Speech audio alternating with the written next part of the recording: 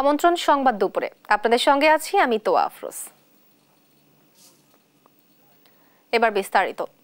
21 August grenade হামলা মামলার রায় ঘোষণা হাইকোর্টের। রায়ে তারেক রহমান ও লুৎফুজ্জামান বাবর সহ সব আসামি খালাস পেয়েছেন। বিচারিক আদালতের রায় বাতিল, বিচার অবৈধ ছিল বলে পর্যবেক্ষণ দেয় আদালত। এ নিয়ে ব্রিফ করছেন আইনজীবীরা। আমরা সরাসরি চলে যাচ্ছি সেখানে। মামলায়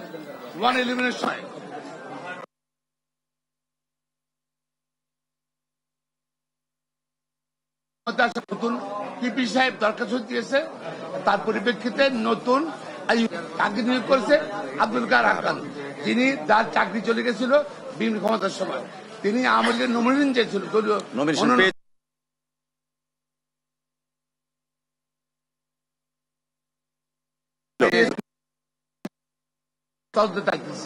এখানে তার রাজনৈতিক প্রতিহিংসাতে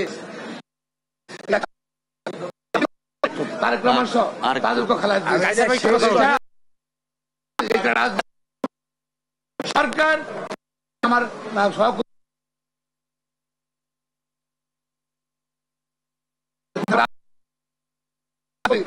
আজকে আইন কানুন সাক্ষ্য কোনো কিছু ফলো করে নেই।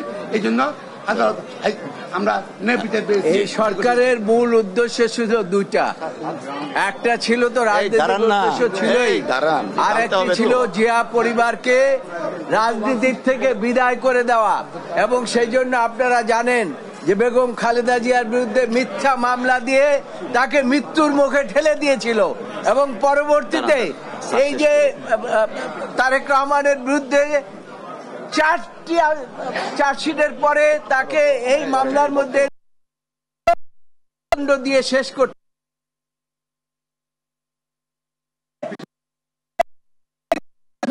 এই সরকার ছিল প্রতিশোধ পরায়ণ এবং তারা এটাকে ব্যবহার করেছে অস্ত্র। এই যে 21 আগস্ট গ্রেনেড হামলাটাকে তারা অস্ত্র হিসাবে ব্যবহার করে জিয়া পরিবারকে ধ্বংস করার তাদের হীন চক্রান্তে ছিল আজকে। এবং সেটা আদালত বুঝতে পেরেছে, আদালত বুঝতে পেরে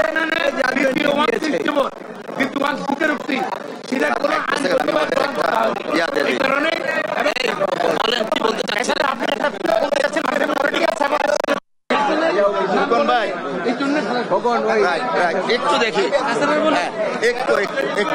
একটু মাঝখানে চলে যায়। জি জি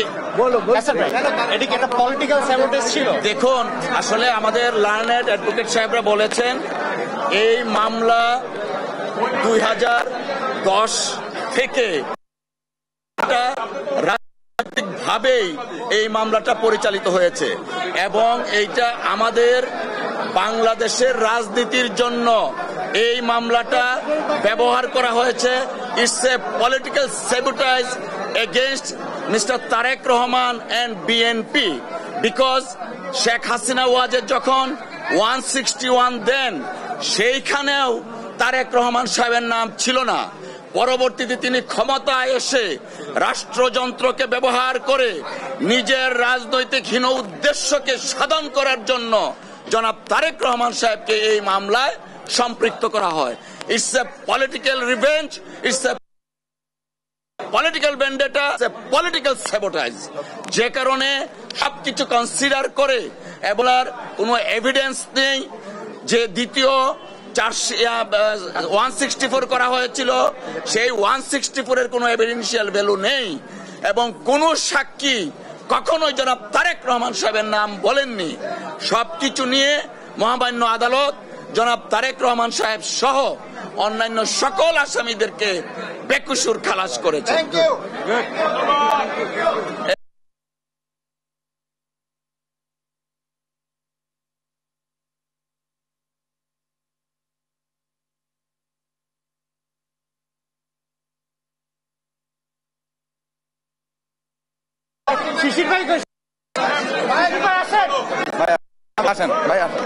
আমি বলে দিচ্ছি, তোমার প্রতিক্রিয়াটা বলো।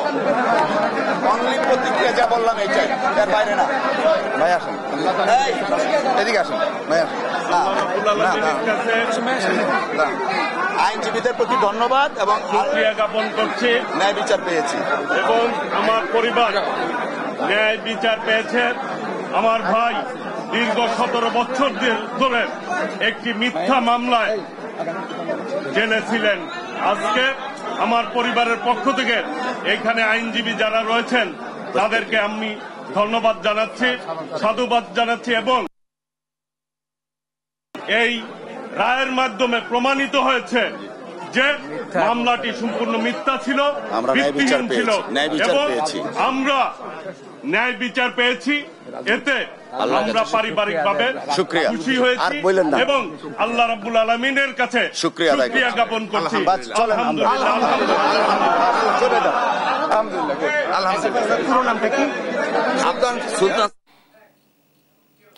আদালত প্রাঙ্গণে 21শে আগস্ট গ্রেনেড হামলা মামলার প্রসঙ্গে ব্রিফ করছিলেন আইনজীবীরা। আমরা সরাসরি ছিলাম সেখানে।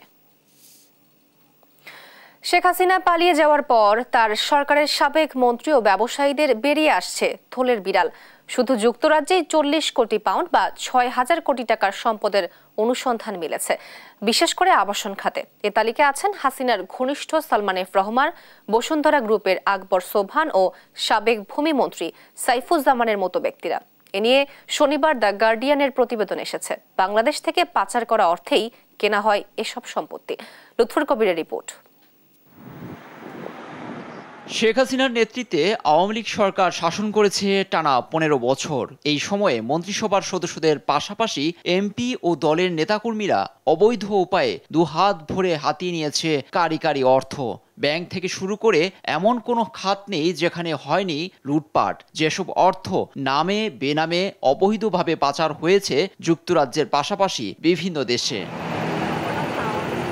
আবাসন খাতে বিনিয়োগ করা 40 কোটি পাউন্ড বা 6,000 কোটি টাকার সম্পত্তির সন্ধান মিলেছে যুক্তরাজ্যে। যেসব অর্থ পাচার হয়েছিল তা দিয়েই কেনা হয়েছে বলে শনিবার এক প্রতিবেদনে সামনে এনেছে যুক্তরাজ্য ভিত্তিক সংবাদ মাধ্যম দ্য গার্ডিয়ান। অবজারভার ও বার্লিন ভিত্তিক দুর্নীতি বিরোধী প্রতিষ্ঠান ট্রান্সপারেন্সি ইন্টারন্যাশনালের যৌথ অনুসন্ধানে এ চাঞ্চল্যকর তথ্য উঠে এসেছে। তালিকায় যাদের নাম আছে তারা হচ্ছেন শেখ হাসিনা ঘনিষ্ঠ ও সাবেক বেসরকারি শিল্প ও বিনিয়োগ বিষয়ক উপদেষ্টা সালমান এফ রহমান, বসুন্ধরা গ্রুপের চেয়ারম্যান আহমেদ আকবর সোবহান, সাবেক ভূমিমন্ত্রী সাইফুজ্জামান চৌধুরী এবং নাসা গ্রুপের চেয়ারম্যান নজরুল ইসলাম মজুমদার সহ আরও কয়েকজন।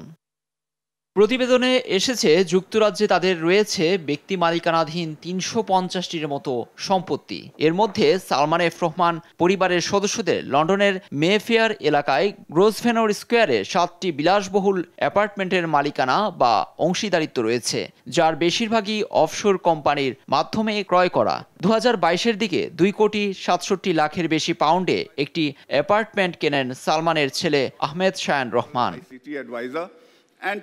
সাবেক ভূমিমন্ত্রী সাইফুজ্জামান চৌধুরীর পাহাড়সম সম্পত্তি নিয়ে অনেক দিন ধরেই চলছে আলোচনা। গার্ডিয়ানের এই প্রতিবেদনে এসেছে আওয়ামী সরকারের এই সাবেক মন্ত্রী ও তার পরিবারের আছে 300টিরই বেশি বাড়ি, যার মূল্য আনুমানিক 16 কোটি পাউন্ড। সম্প্রতি তার সম্পত্তি নিয়ে দ্য মিনিস্টার্স মিলিয়ন্স শিরোনামে অনুসন্ধানী প্রতিবেদন সামনে আনে আল জাজিরা, যা নিয়ে শুরু হয় হইচই। বসুন্ধরা গ্রুপের চেয়ারম্যান আহমেদ আকবর সোবহানের পরিবারের সদস্যদেরও সম্পত্তির সন্ধান মিলেছে যুক্তরাজ্যে। সারে এলাকায় 1 কোটি 30 লাখ পাউন্ডে অফশোর কোম্পানির মাধ্যমে কেনা হয় সম্পত্তি। এদিকে নাসা গ্রুপের চেয়ারম্যান নজরুল ইসলাম মজুমদারেরও খোঁজ মিলেছে অঢেল সম্পত্তির। লন্ডনের কেনসিংটনে তিনি ও তার পরিবারের সদস্যদের 3 কোটি 80 লাখ পাউন্ডের 5টি সম্পত্তি রয়েছে বলে উঠে এসেছে এই প্রতিবেদনে। তবে যুক্তরাজ্যে বাংলাদেশি রাজনীতিবিদ ও ব্যবসায়ী মালিকানাধীন সম্পত্তি পর্যবেক্ষকদের পাওয়া তথ্যের চেয়ে অনেক বেশি হতে পারে বলে বলছে প্রতিবেদনটি। লুৎফর কবির, নিউজ ডেস্ক, দেশ টিভি। 21শে আগস্ট গ্রেনেড হামলা মামলার রায় ঘোষণা হাইকোর্টের। রায়ে তারেক রহমান ও লুৎফুজ্জামান বাবর সহ সব আসামি খালাস পেয়েছেন। বিচারিক আদালতের রায় বাতিল, বিচার অবৈধ ছিল বলে পর্যবেক্ষণ দেয় আদালত। এ নিয়ে ব্রিফ করছেন আইনজীবীরা। আমরা সরাসরি চলে যাচ্ছি সেখানে। সেকেন্ড যে চার্জশিট, এই সেকেন্ড চার্জশিটটা হাইলি ইলিগাল বিকজ সেকেন্ড চার্জশিটের প্রভিশন আমাদের আইনে যেটা আছে সেটা হলো যে অফিসার ইনচার্জ যদি নতুন করে এভিডেন্স পায় তাইলে উনি এই সাপ্লিমেন্টারি চার্জশিট দিতে পারেন। কিন্তু এখানে দেখা যাচ্ছে যে এই সেকেন্ড চার্জশিটটা আসছে হলো আপন এ প্রেয়ার অব দি রানের পাবলিক প্রসিকিউটর। উনি একটা দরখাস্ত দেওয়ার পরে এটা মঞ্জুর করেছেন কোর্ট, দ্রুত বিচার আদালত এটা মঞ্জুর করে আবার যখন আপনার ফার্দার ইনভেস্টিগেশনের নামে রিইনভেস্টিগেশনের জন্য পাঠালেন, এই রিইনভেস্টিগেশনের রিপোর্টটা আসার পরে অর্থাৎ সেকেন্ড চার্জশিট আসার পরে সেটা কোনো ম্যাজিস্ট্রেট এটাকে অ্যাকসেপ্ট করেন নাই, না করে সরাসরি এটা সেশন জাজের মেট্রো সেশনে পাঠিয়েছে। উনি 193-তে আপনার কগনিজেন্স নিয়েছেন। আমরা কোর্টকে আইন দেখায় বললাম যে ইয়োর লর্ডশিপ দেখেন আপনারা, কারণ 191B of the code of criminal প্রসিডিউরে যদি ম্যাজিস্ট্রেট ইনিশিয়াল কগনিজেন্স না নেয় তাইলে এই কেস আপনার সেশনে বা দায়রায় এটা সুপার্দ হতে পারে না। আজকে আদালত তার রায়ে স্পষ্ট এটা উল্লেখ করেছেন এটা চার্জশিট আসছে, বাট আমরা পারছি না এই জন্য কারণ এই মামলায় এই সেকেন্ড চার্জশিটের বেলা 191B এটা কমপ্লাই হয় নাই, যার ফলে মহানগর দায়রা জজ যে কগনিজেন্সটা তারেক রহমান সাহেব এবং অন্যান্য দ্বিতীয় চার্জশিটে লুৎফুজ্জামান বাবর, আব্দুল সালাম পিন্টু যাদের বিরুদ্ধে আপনার এই যে দ্বিতীয় চার্জশিট নিলেন, বললেন যে না এটা হাইলি ইলিগ্যাল এবং ইট ইজ নট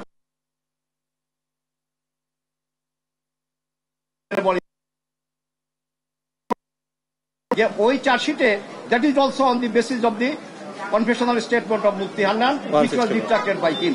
এবং এটা ছাড়া সবচেয়ে বড় কথা হলো যে 225 জন সাক্ষী ইনভেস্টিগেটিভ অফিসার বাদ দিয়ে অন্য যারা ম্যাজিস্ট্রেট বাদ দিয়ে একজনও বলে নাই যে আমি দেখলাম ওমকে আপনার এই গ্রেনেডটা মেরেছে, অথবা কারো স্বীকারোক্তিতে এই কথা নাই যে আমি নিজে এই গ্রেনেড মেরেছি অথবা এই গ্রেনেড মারতে আমি কাউকে দেখেছি। কাজে এখানে 302 কার বেলা হবে, সেখানে প্রকৃত খুনিকে সেটা নাই। কাজে আমি বলবো যে 2004-এ এই ঘটনাটা হয়েছে।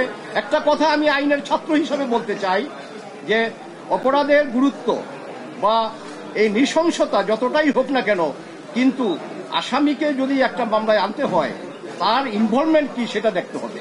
কাজেই 21 আগস্টে এই ঘটনা হয়েছে, এই ঘটনাটা আমরা নিন্দা করি, কিন্তু এই মামলায় রাজনৈতিকভাবে এই মামলার ইনভেস্টিগেশন হয়ে যে অভিযোগপত্র আসলো, যেই ট্রায়াল আজকে 16 বছর 2008 সন থেকে আজকে 2024 এই 16 বছর যেই ট্রায়াল আমরা দেখলাম, যেহেতু আজকে শেষ রায় আমরা পেয়েছি এবং আসাদুল সমস্ত আসামিদেরকে মাননীয় আদালত খালাস করে দিয়েছেন, ইনক্লুডিং নন অ্যাপিলিং অ্যাকিউজ অর্থাৎ তারেক রহমান সাহেব এবং যারা যারা কাজী কায়কোবাদ এবং অন্যান্য যারা আপিল করতে পারেননি তাদেরকেও এটা উনি খালাস দিয়েছেন। আমরা কোর্টের কাছে কৃতজ্ঞ। আমাদের অবসর কোর্টে একটা কথা আছে, নথি শুদ্ধ খালাস। তো আজকে আমার সবচেয়ে আনন্দ লাগছে আমার ডিফেন্স টিম সহ যে আমার 16 বছরের পরিশ্রম সার্থক হয়েছে, এই মামলা নথি শুদ্ধ খালাস হয়েছে।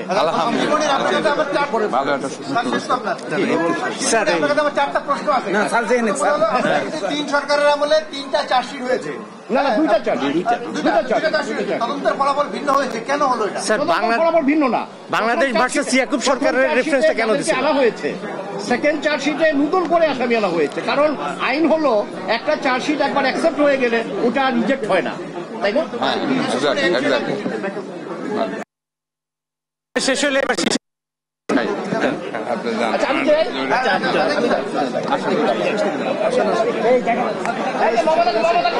আস্তে আস্তে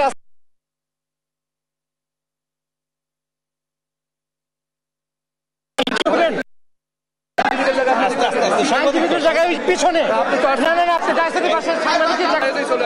সাংবাদিকের জায়গা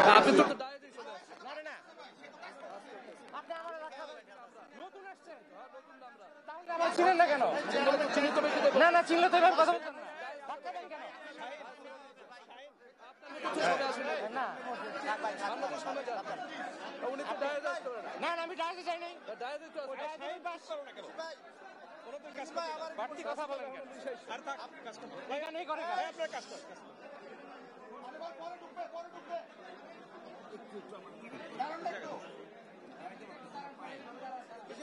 আমার স্পেসিফিক 4টা প্রশ্ন। 3 সরকারের সময় 3টা তদন্ত হয়েছে,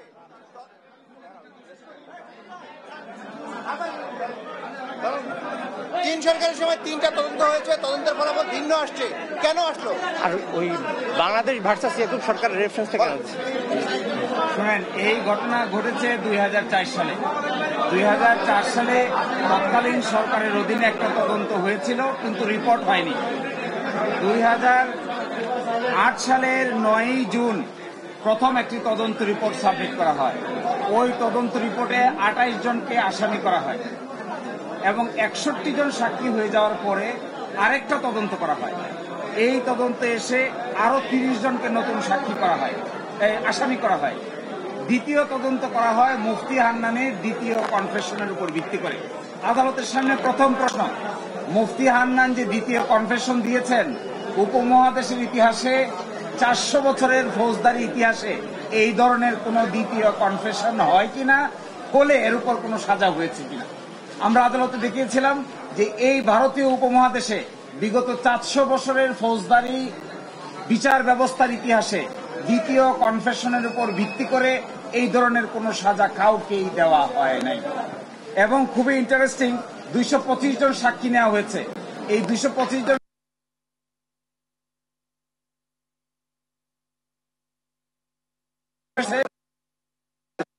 টাস্ক ফোর্স ইন্টেলিজেন্স সেলে 200 দিন, 220 দিন, 261 দিন পর্যন্ত রাখা হয়েছে আসামিদের।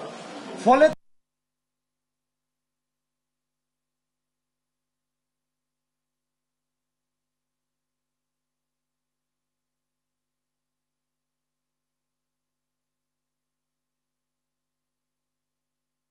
কথা হয়েছে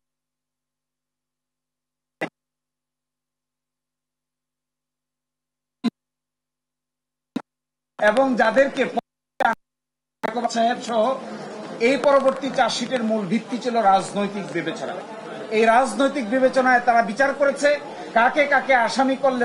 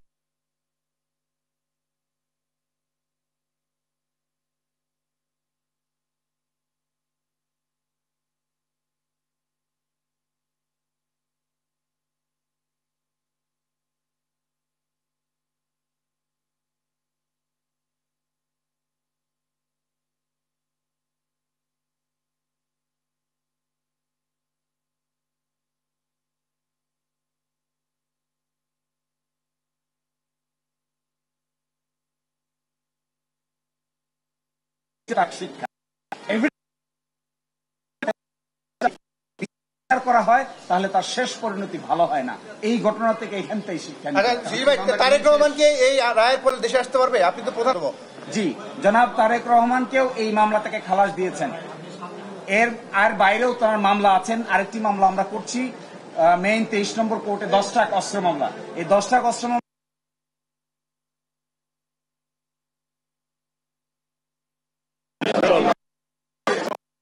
21 আগস্টের মামলা।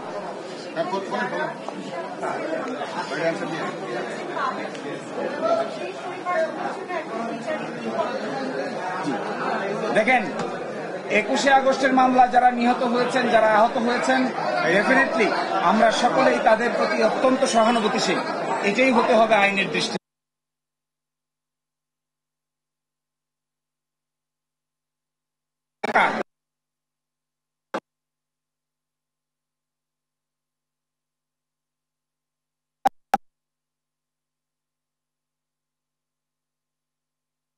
সবার প্রতি we have very close sympathy and empathy to them. কিন্তু এই বলে বাবর সাহেব, এই বলে তারেক রহমান সাহেব, এই বলে মুজাহিদ সাহেব, এই বলে সালাম পিন্টু সাহেব। আদালত প্রাঙ্গণে 21 আগস্ট গ্রেনেড হামলা মামলা প্রসঙ্গে ব্রিফ করছিলেন আইনজীবীরা। আমরা সরাসরি ছিলাম সেখানে। একের পর এক বেরিয়ে আসছে সাবেক আইসিটি প্রতিমন্ত্রী জুনায়েদ আহমেদ পলকের দুর্নীতির চিত্র। সবশেষ এ খাতের 22 প্রকল্পের 22,000 কোটি টাকার অর্ধেকেই লুটপাটের তথ্য পেয়েছে তদন্ত কমিটি। সংশ্লিষ্টদের দাবি, 22 প্রকল্পের প্রতিটির সঙ্গে সরাসরি যোগাযোগ রাখতেন প্রতিমন্ত্রী। তার নির্দেশের বাইরে প্রকল্পের কোনো টাকা হাতছাড়া হতো না। প্রকল্প পরিচালকদের নিয়মিত হাজিরা দিতে হতো প্রতিমন্ত্রী দপ্তরে। আরও জানাচ্ছেন সজল বিশ্বাস। কথাই বলে পাপ বাপকেও ছাড়ে না, চুরি করলে জেলে ঢুকতেই হবে। তারই প্রমাণ আইসিটি খাতের অন্যতম মাফিয়া সাবেক তথ্য ও যোগাযোগ প্রযুক্তি প্রতিমন্ত্রী জোনায়েদ আহমেদ পলক। ক্ষমতার অপব্যবহার করে ধরা পড়ার পর বারবার জনসম্মুখে ক্ষমা চাইছেন তিনি। আর তার অপকর্মে সবকিছুই জানতেন শেখ হাসিনার পুত্র এবং আইসিটি উপদেষ্টা সজীব ওয়াজেদ জয়। তথ্য ও প্রযুক্তি খাতের ২২ প্রকল্পের ২৫,০০০ কোটি টাকার অর্ধেকই লুটপাট হয়েছে। এই চিত্র দেখে বিস্মিত তদন্ত কমিটি। আর এসব লুটপাট হয়েছে সাবেক আইসিটি প্রতিমন্ত্রী জুনায়েদ আহমেদ পলকের নেতৃত্বে। তদন্ত কমিটি জানিয়েছে প্রায় প্রতিটি প্রকল্পে পাওয়া গেছে লুটপাটের চিত্র। কেনাকাটা হয়েছে আকাশচুম্বী দামে, খরচও হয়েছে বেসুরগাম। কোন চাটুরিতে কত টাকা লোপাট হয়েছে এখন সে হিসাব করছে তদন্ত কমিটি। শিগগিরই জমা হবে চূড়ান্ত রিপোর্ট। তদন্তে টাকার কোনো হদিশ মিলছে না। ২২ প্রকল্পের প্রতিটির সঙ্গে সরাসরি যোগাযোগ রাখতেন প্রতিমন্ত্রী। তার নির্দেশের বাইরে প্রকল্পের কোনো টাকা ছাড় হতো না। প্রকল্প পরিচালকদের নিয়মিত হাজিরা দিতে হতো প্রতিমন্ত্রীর দপ্তরে। সেখানে রুদ্ধদ্বার বৈঠকে কোনো তথ্যই প্রকাশের সুযোগ ছিল না। কিন্তু ৫ আগস্ট পট পরিবর্তনের পর বেরিয়ে আসতে থাকে থলের বিড়াল। আইসিটি খাতে বিগত আওয়ামী লীগ সরকারের আমলে নেওয়া হয়েছিল ২২টি প্রকল্প। এর মধ্যে ১৯,০০০ কোটি টাকার ১৬টি প্রকল্প বাস্তবায়ন করে তথ্য যোগাযোগ প্রযুক্তি অধিদপ্তর। আর ৫,৫০০ কোটি টাকার ৬টি প্রকল্প বাস্তবায়ন করে বাংলাদেশ কম্পিউটার কাউন্সিল। অনুসন্ধানে জানা যায় ২২ প্রকল্পের বেশিরভাগ নেওয়া হয় ২০১৬ সালে, যার কয়েকটি প্রকল্পের মেয়াদ ২০২৭ সাল পর্যন্ত। আবার কয়েকটি প্রকল্পে বরাদ্দের পরিমাণ কয়েক ধাপে বাড়ানো হয়। প্রতিটি প্রকল্প নেওয়া হয়েছে সরকারের নীতি নির্ধারকদের সিদ্ধান্তে। লুটপাটের জন্য এসব প্রকল্পের সরঞ্জাম সরবরাহের কাজ দেয়া হতো পছন্দের প্রতিষ্ঠানকে। দুর্নীতির জন্য তদন্তের মধ্যে থাকা প্রকল্পগুলোর অন্যতম হল ৩৩০ কোটি টাকার মোবাইল গেমস ও অ্যাপ্লিকেশন দক্ষতা উন্নয়ন শীর্ষক প্রকল্প, ৮৫৫ কোটি টাকার অ্যাসপায়ার টু ইনোভেট প্রকল্প, ২৭ কোটি টাকার দীক্ষা দক্ষতা উন্নয়ন ও শিক্ষা অনলাইন প্রকল্প, ৪৪২ কোটি টাকার উদ্ভাবন ও উদ্যোক্তা উন্নয়ন একাডেমি প্রতিষ্ঠাকরণ প্রকল্প এবং ৩০ কোটি টাকার ডিজিটাল সিলেট সিটির শীর্ষক প্রকল্প।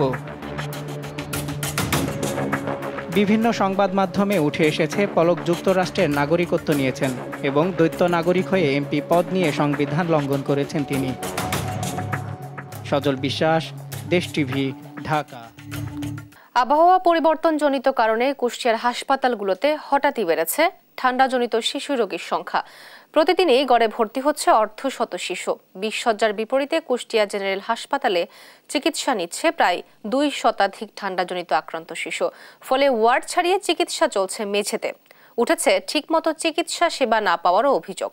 ইরফান রানার ক্যামেরায় নাহিদ হাসান তিতাসের রিপোর্ট। কুষ্টিয়ার ২৫০ শয্যা বিশিষ্ট জেনারেল হাসপাতাল।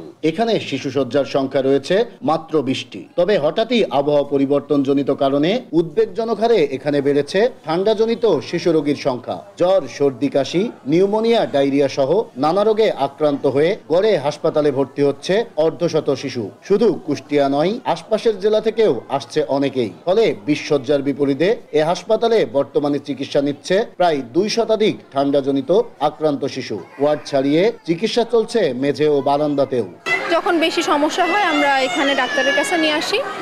তো সে আমাদেরকে বলে যে বাচ্চার এখন যে কন্ডিশন তাতে ভর্তি করলে বেটার হবে। ওই ডাক্তার দেখানি পরে বললো যে কুষ্টিয়ায় ভর্তি হন গা। কুষ্টিয়ায় আসি আজ 4 দিন আসি, এখন বাচ্চা মোটামুটি সুস্থর পথে আসছে। এমন পরিস্থিতিতে চাপ বেড়েছে হাসপাতালের চিকিৎসা সেবার উপর। শয্যা সংকটে অনেকেই ঠাঁই নিতে বাধ্য হয়েছে ওয়ার্ডের মেঝে ও বারান্দায়। ফলে ঠিকমতো চিকিৎসা সেবা পাচ্ছে না রোগীরা। ট্রিটমেন্ট ভালোভাবে হয়েছে না, বেড পাইছি না, ও ডাক্তার সেরকম আসে না। মেলা রোগী ভর্তি আছে, বেড নাই। ডাক্তার হচ্ছে দিনে খালি একবারই আসছে সকাল 10টার সময়, আর সারাদিন আসছে না। আর ওষুধ আমরা সব কিনাইলাম। এদিকে রোগীর চাপ সামলাতে হিমশিম খাচ্ছেন চিকিৎসকরাও। তারপরও সাধ্যমতো সেবা দেওয়ার চেষ্টা করছেন তারা। অতিরিক্ত রোগীর চাপ কমাতে শয্যার সংখ্যা বৃদ্ধি সহ আতঙ্কিত না হয়ে শিশুদের বাড়তি যত্ন নেওয়ার পরামর্শ তাদের। বাচ্চারা যেহেতু মুখ দিয়ে নিঃশ্বাস নিতে পারে না, ওরা নাক বন্ধ হয়ে গেলে ওরা শ্বাসকষ্ট শুরু হয়ে যায়। এই জন্য হসপিটাল ম্যানেজমেন্ট বেশি লাগছে। আসলে আমাদের যে হাসপাতাল যে কাঠামোতে এখানে যে আমাদের বেড যতটা আছে তার চেয়ে প্রায় 20 গুণ রোগী আছে।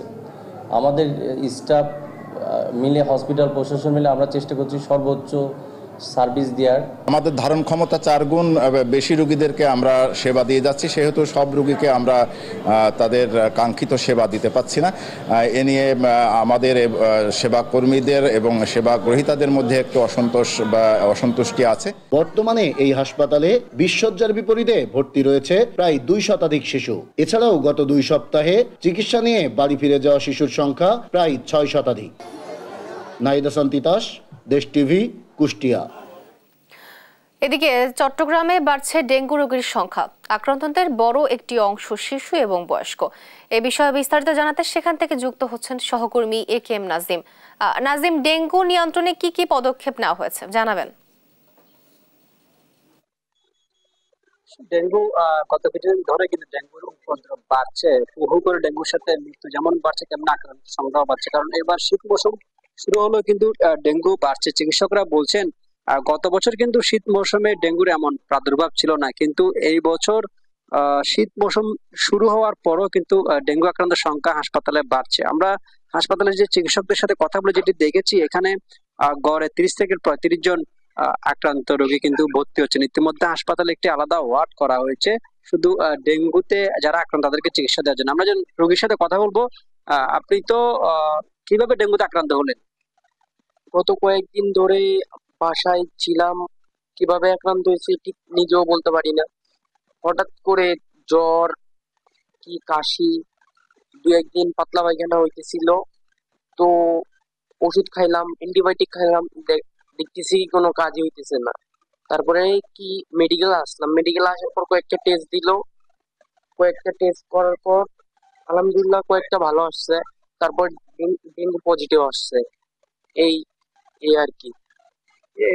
এই তরুণ যেভাবে বলছেন যে হাসপাতাল আসার পরে ডেঙ্গু যখন টেস্ট দেয়, যে ডেঙ্গু পরীক্ষায় তাকে ডেঙ্গু শনাক্ত করা হয়েছে, তারপর পরে কিন্তু তাকে ডেঙ্গুতে হাসপাতালে ভর্তি দেওয়া হচ্ছে। আমরা যেটি দেখেছি নগরের পাশাপাশি কিন্তু জেলার সবগুলো উপজেলায় কিন্তু ডেঙ্গু আক্রান্ত সংখ্যা বাড়ছে, কারণ গড়ে এসব উপজেলাগুলোতে 10 থেকে 15 থেকে 20 জন কিন্তু ডেঙ্গুতে আক্রান্ত হচ্ছেন। আর এদিকে সিটি কর্পোরেশনের পক্ষ থেকে কিন্তু চট্টগ্রামে মশা নিধন কার্যক্রম চলছে সকাল থেকে বিকাল পর্যন্ত, এমনকি রাত পর্যন্ত কিন্তু সিটি কর্পোরেশনের পক্ষ থেকে সবগুলো জায়গায় যেখানে মশার উপদ্রব বাড়ে এবং খোলা স্থানগুলোতে কিন্তু জোরদার কার্যক্রম চালিয়ে যাচ্ছে সিটি কর্পোরেশনের পক্ষ থেকে। এবং মেয়র যেটি বলেছেন, মশক নিধন কার্যক্রম আরো জোরদার করার জন্য প্রয়োজনে উন্নত জায়গা থেকে বা উন্নত জায়গাগুলো থেকে মশক বা যেসব ওষুধ ব্যবহার করা হয় সেটিও আমদানি করা হবে বলে মেয়রের পক্ষ থেকে জানানো হয়েছে। পাশাপাশি চিকিৎসকরা যদি বলছেন যদি জ্বর, সর্দি, কাশি এগুলো দেখা যায় তাহলে দ্রুত সময়ের মধ্যে যেন নিকটস্থ স্বাস্থ্য কমপ্লেক্স অথবা বিশেষজ্ঞ চিকিৎসকের পরামর্শ নিতে বলছেন চিকিৎসকরা।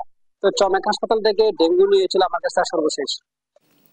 নাজিম, আপনাকে ধন্যবাদ। চট্টগ্রাম থেকে ডেঙ্গু রোগীর সংখ্যা ও চিকিৎসার বিষয়ে বিস্তারিত খবরাখবর জানাচ্ছিলেন আমাদের সহকর্মী নাজিম। দেশজুড়ে জেঁকে বসতে শুরু করেছে তীব্র শীত, তাই অন্যান্য জেলার মতোই ময়মনসিংহ বেড়েছে উষ্ণ কাপড়ের বেচাকেনা। এ বিষয়ে বিস্তারিত জানাতে যুক্ত হচ্ছেন সহকর্মী ইলিয়াস আহমেদ। ইলিয়াস, দোকানগুলোতে ক্রেতাদের ভিড় কেমন দেখছেন? উষ্ণতার খোঁজে ময়মনসিংহের শীতের কাপড়ের দোকানগুলোতে কিন্তু প্রতিনিয়ত ভিড় বেড়েই চলেছে। অর্থাৎ সকাল থেকে মধ্যরাত পর্যন্ত কিন্তু আমরা দেখেছি যে ক্রেতারা সেসব দোকানগুলোতে ভিড় করছেন। অর্থাৎ যাদের সামর্থ্য নেই শপিং মলগুলোতে কাপড় কেনার, তারা কিন্তু ফুটপাতের দোকানগুলোতে ভিড় করছেন। আমি এখন রয়েছি বাসাবাড়ি মার্কেটে। অর্থাৎ আমরা আজকে সকাল থেকেই দেখেছি ময়মনসিংহ নগরীর গাঙ্গিনাপাড়, হকার্স মার্কেট, ট্রাঙ্কপট্টি এবং বাসাবাড়ি মার্কেটে কিন্তু সকাল থেকেই বেচা কেনা শুরু হয়েছে। অর্থাৎ ফুটপাতের দোকানগুলোতে বিশেষ করে কম দামে কাপড় কিনতে পেরে কিন্তু সাধারণ ক্রেতা যারা আছেন তারা কিন্তু স্বস্তি প্রকাশ করেছেন এবং বিক্রেতারাও বলছেন যে ইতিমধ্যেই তাদের যে শীতের পোশাক সেটি কিন্তু বেচা বিক্রি বাড়তে শুরু করেছে এবং আগামী আরো কয়েকদিন পরে বেচা বিক্রি আরো বাড়বে, সেই বিষয়টি কিন্তু তারা বলছিলেন। অর্থাৎ তারা বলছেন যে প্রত্যাশা অনুযায়ী তারা তাদের দোকানগুলো সাজানোর জন্য কিন্তু হরেক রকমের সুইটার, জ্যাকেট এবং চাদর সহ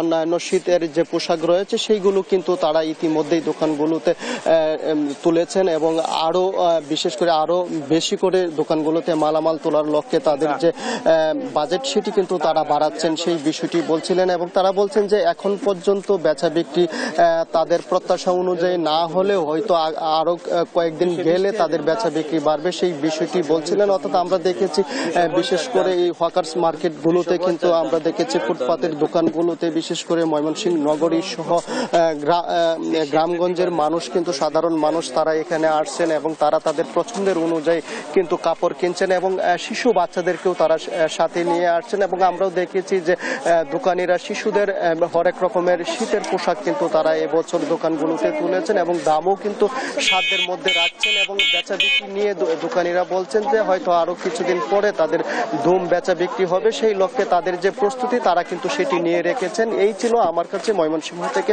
সর্বশেষ। আপনাকে ধন্যবাদ ইলিয়াস। ময়মনসিংহ থেকে শীতের কাপড়ের বেচাকেনার বিষয়ে জানাচ্ছিলেন আমাদের সহকর্মী ইলিয়াস।